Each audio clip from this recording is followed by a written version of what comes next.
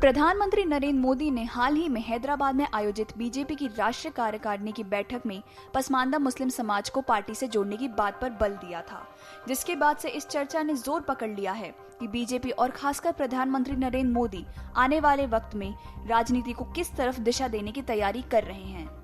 पसमानदा समाज के राष्ट्रीय अध्यक्ष अनीस मंसूरी ने कहा कि अगर उनकी मांगे मान लें तो उन्हें पीएम मोदी से गुरेज नहीं है।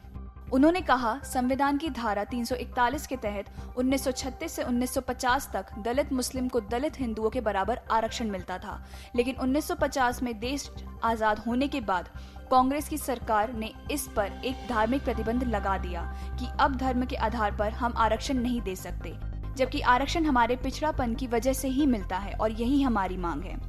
उनका कहना है कि हैदराबाद में बीजेपी कार्यकारिणी की बैठक में पीएम मोदी ने पसमानदा तबके के लोगों की सुध ली और उन्हें याद किया, तो ये कोई मामूली बात नहीं है। हमारी आवाज उन तक पहुंची है। पसमानदा समाज के लोगों में पैठ बनाने की जरूरत पर बल देने की बात पर उन्होंने कहा, 2019 के लोकसभा और 2022 के विधानसभा चुनाव में भारतीय जनता पार्टी को 8 से 10% वोट मुसलमानों का मिला। पीएम ने सर्वे किया होगा जिसमें उनको यह पता चला होगा कि जितनी भी योजनाएं थी उसके ज्यादातर लाभार्थी पसमानदा समाज के लोग थे, इसलिए उन्होंने उनको वोट किया। इसलिए उनको लगता है कि हम इनकी परेशानियां सुनेंगे तो हमारे साथ जुट जाएंगे, इसलिए उन्होंने यह बात कही होगी। हमने भी उनकी इस बात का स्वागत किया कि वो अगर हमारे साथ जुड़ना चाहते हैं तो हमें कोई गुरेज नहीं है। अनीस मंसूरी ने बताया कि पसमानदा समाज ने शुरुआत में बीएसपी और सपा पर भरोसा किया, लेकिन वहां किसी ने उनकी मांगे पूरी नहीं की, जिसके बाद वो अलग हो गए।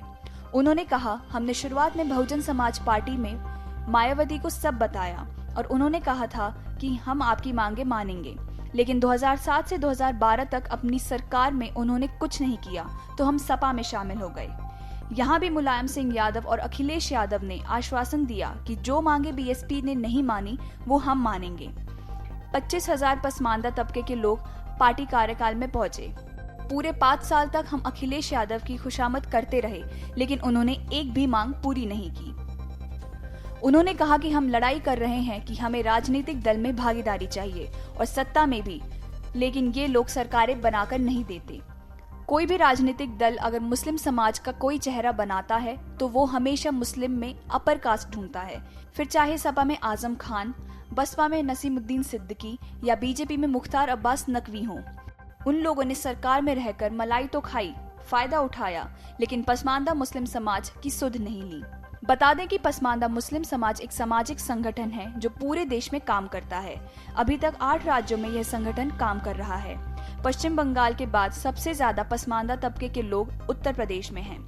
यूपी में कुल मुसलमानों की 85% आबादी पसमानदा मुसलमानों की है और पूरे भारत में भी इतनी ही है। Video desk अमरउजाला.com। डाउनलोड करें अमर उजाला ऐप और पाएं खबरें लगातार। अगर आप ये वीडियो YouTube पर देख रहे हैं तो हमारे चैनल को सब्सक्राइब करें और बेल आइकन को दबाना ना भूलें। अगर आप Facebook पर ये वीडियो देख रहे हैं तो हमारे पेज को लाइक करें।